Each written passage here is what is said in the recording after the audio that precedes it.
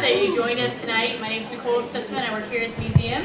And tonight is the third in a brand new program, the third series in a brand new program called Art Bites in the Tech Lab. It's a place where overall we try to do all kinds of programming here, whether it's drop-in programming, open lab, activities and experiences, or workshops that are ways of merging art and technology together. So tonight is kind of becoming our feature program so far in terms of the types of events that we're experimenting with. And the host for Art Bites is Dan Langendorf, who is fabulous at selecting talent from the area. Yeah, pulling great ideas together and facilitating a dialogue with visitors.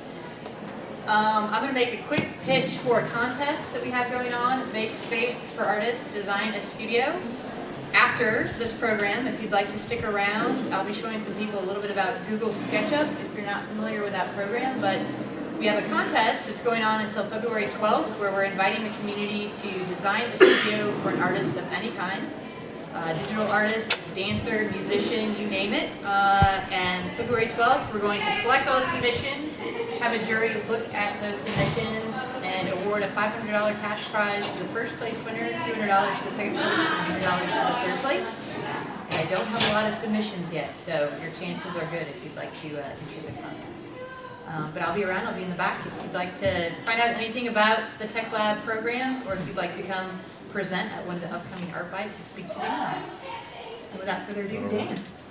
Okay. Tonight is Art Bites 3.0, if you will. The first couple that we did centered a lot on some video and some music. Tonight we're taking a little bit of a diversion from that. Some of these folks you'll get to meet a bald guy, a hippie, and a Renaissance man. And all of them are working with text, and text as art. I come from a long writing background, and so in the new media and the art and technology world, I get kind of frustrated sometimes because I feel like the word has been lost. It's been replaced by the video and the audio and the motion and sound and all those new media, not multimedia, and sometimes the word is lost. Tonight, though, we have people who are actually using the word as a part of their art. So we're going to start off, each person will get to introduce their piece, themselves, their piece. There's a little overlap between John and Jay Kyle here, so we'll probably engage them a little bit into some discussion as well, and Isaac will wow us at the end. So first up, John Keese, the bald guy. John has to be introduced as that bald guy, not the bald guy. There's a big difference there. So tell us, you get to run it. Okay. So. All right. Kind of just before I put this up there, a little bit about my project. As I was going through my master's project, I was trying to think of, well, how can I, what's on my heart, what's on my mind, and how can I get that across to people that would visit a website, in essence, of what I wanted to create. It's something, my religion is very important to me and whatnot, and kind of just branching out and to see what it means to everyone else out there. And so I ran into a couple other projects where people would scrape blogs, which means they'd go to blogs that are publicly posted and pull entries off of that in an automatic basis. And so I started looking for phrases that people were writing to God. And in the Bible, the book Psalms, people write many conversations to God. And there's lots of very praiseful entries and whatnot. But there's also lots of entries where people are like, why, God, are you doing this? Why is this happening to me? And there's so I was like, well, I bet people are saying that today.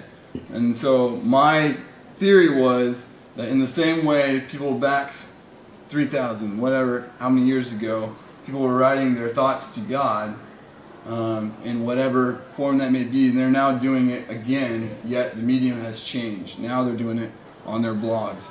So that kind of brought to fruition this idea of neo-psalms.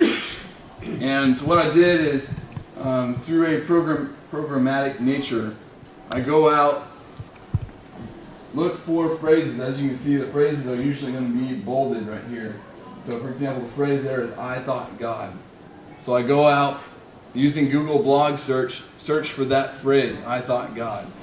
See what all comes back from that. And I'm gathering that together into a master feed, which is presented here. And so whenever you find these things, these are all written by people, publicly posted on their blogs. And I kind of ran into this issue of public anonymity. Anonymity. I can never say that word. It's hard to write too. So I ran into this issue of public Anonymity. All right. That where it's so published and it's so public that it's virtually private. That there's so many blogs out there. There's millions and millions, thousands new blogs are created every day. And people post there. There's just not enough people to read it all. And so it's virtually private. And if you go to a lot of these blogs, every post that comes up has a link to the source blog. And you go to these blogs, most of them don't have any comments at all. So if someone's reading it, they don't care enough to post a comment, to post a response back. So in essence, these public journals are essentially private because no one is reading them or no one is letting the author know that they are reading them. So kind of just going back to the process now. As I mentioned, I am not a good programmer. These two guys that are following me up later, they'll probably put me to shame. So I went out looking for tools that I didn't have to recreate.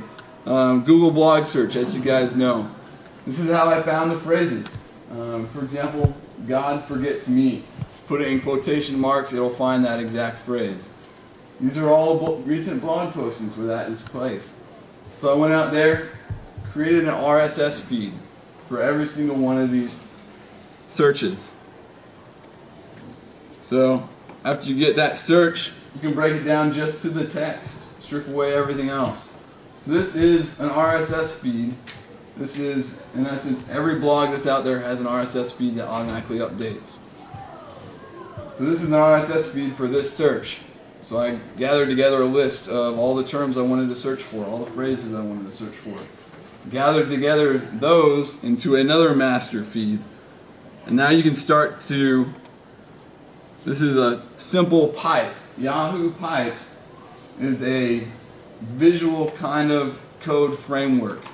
You can bring in all RSS feeds and all kinds of other feeds, and through these visual tools, you can manipulate them. You can sort them by date. You can say, I want to exclude everything that has this rule. I want to include everything that pertains to this rule.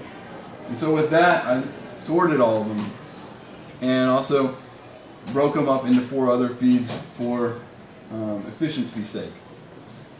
So whenever you load up NeoSongs, getting back to that, in essence, all those feeds, all that RSS, whatnot, is gathered together back, and you start seeing what people are writing. And it's really amazing how deep the average Joe Schmo can get.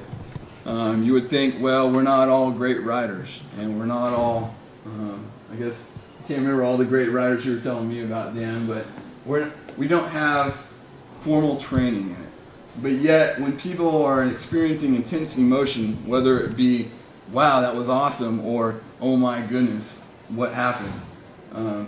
Really deep thoughts come out. As I was testing this, I kept on testing it. An entry came across. It was pretty much, the phrase was, I questioned God, why am I alive? I want to kill myself. I want to end my life. And so I clicked on the link to this person's blog. It was only 2 weeks old. This person had virtually created this blog because they were in such distress that they wanted to end their life. And I reached out and tried to start a communication. Just said, I don't know what's going on in your life, but I'm someone that cares. I'm someone that's reading, and I'm someone that has heard your story. So I got a short reply back and said, well, thank you. But still, it's amazing that there's so much stuff out there, and there's so many people that, yes, sir. Well, what I was going to say is that what he's done is he's